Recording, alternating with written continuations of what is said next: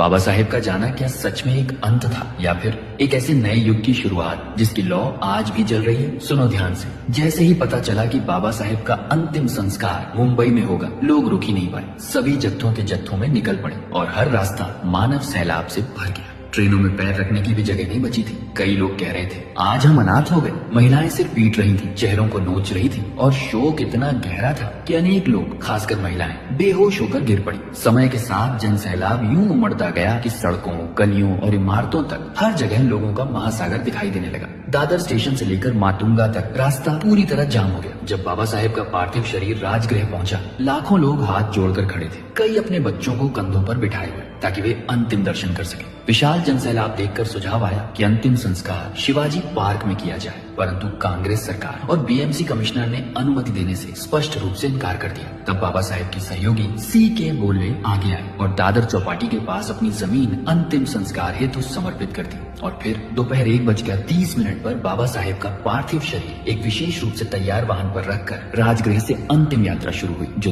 5:24 पर दादर चौपाटी पहुंची।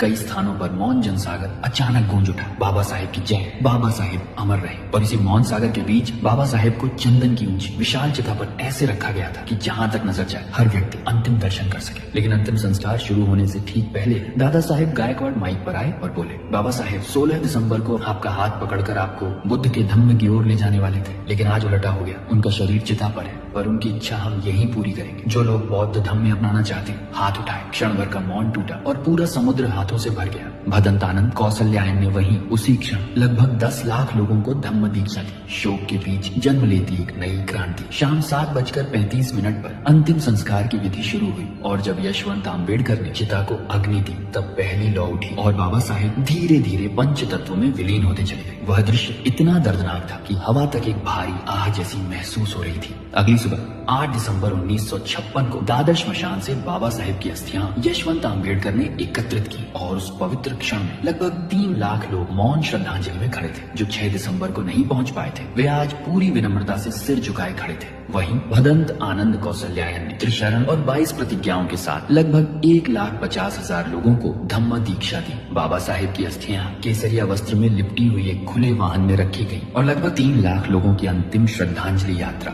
5 मील लंबा मार्ग तय करती हुई राजगृह पहुंची तो वह दृश्य इतिहास में हमेशा के लिए दर्ज हो गया। सच्चाई यही है कि बाबा साहेब ने जिस धम्म के मार्ग पर हमें चलने का साहस दिया, उसे आगे ले जाना मेरी भी जिम्मेदारी है और आपकी भी। और यही है बाबा साहेब को दी जाने वाली असली श्रद्धांजलि। जय भीम।